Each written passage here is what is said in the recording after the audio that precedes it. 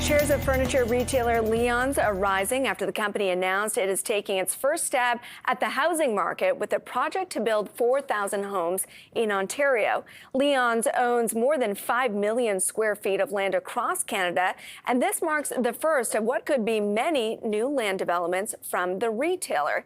It comes at a time of tight housing supply for Canadians and tough markets for the big box stores. To discuss the push into real estate, let's bring in Michael Walsh, President and CEO of Leon's Furniture. Michael, thank you so much for being with me. I know that the company stated about a year ago, right, that this is something that you would look at. So this is kind of the first example of how you guys are thinking about real estate. But just take me through your thinking, how this all came about.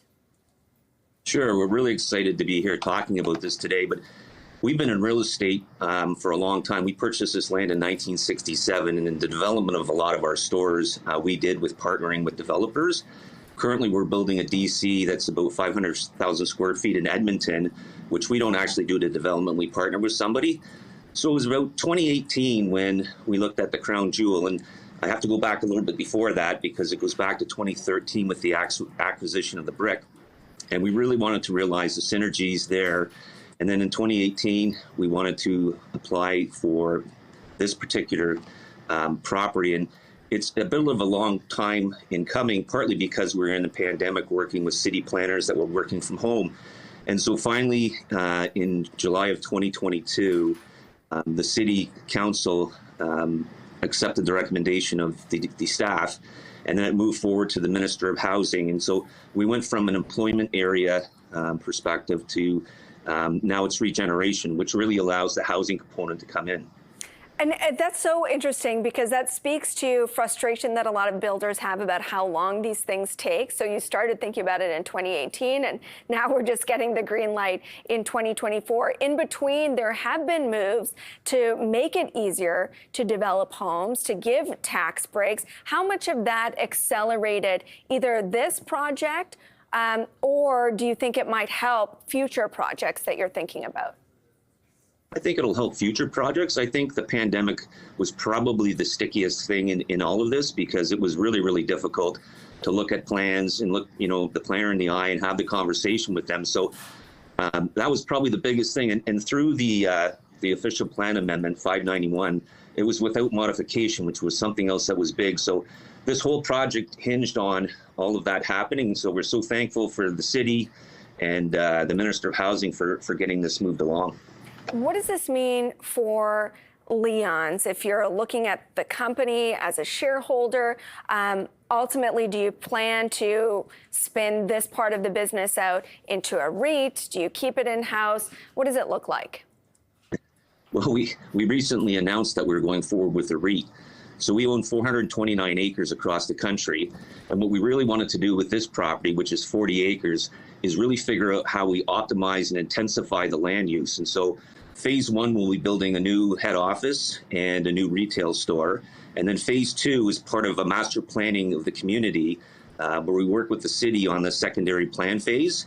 And that I think we put in the announcement that we're hoping to have that done sometime in 2025. And so things can move along a lot quicker now that we have the regeneration area decided on. And who are you working with to actually build this, and what's the financing look like? Yeah, so stay tuned.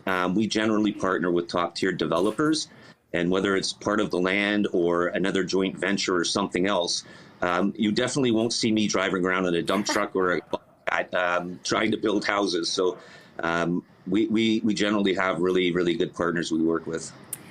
So much of Leon's is already right on the pulse of the housing market, and we know that activity increases when home sales are robust because you move into a new home, then all of a sudden you need a new couch or you need a new dining table. How would you characterize where things stand right now, what the housing market looks like from your perspective?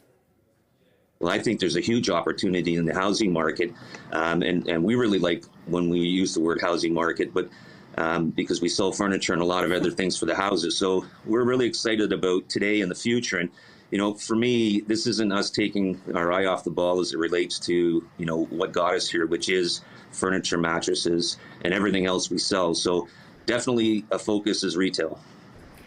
And I guess that was going to be my next question. Is this happening against a backdrop where retail, at least on the surface of it, seems challenged, especially physical retail? Is this move a response to that, looking for just any other areas of growth? We're always looking at areas to grow. I think if you look at the past couple of years, even through the pandemic, we were still opening up bricks and mortar. We're still opening up DCs, and we still have a very strong belief that although e-commerce is some place where people shop and spend their money, bricks and mortar are still here to stay for a long, long time, and we won't stop looking at bricks and mortar and expanding that footprint, as well as centralized distribution. We have a massive opportunity in Ontario to further the cause with that. I guess, though, the footprint of the stores will be smaller. That's, why there's the other available land.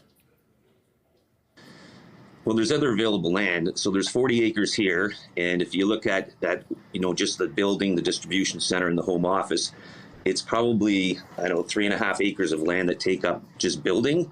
And so you have all that, parking lot and excess property.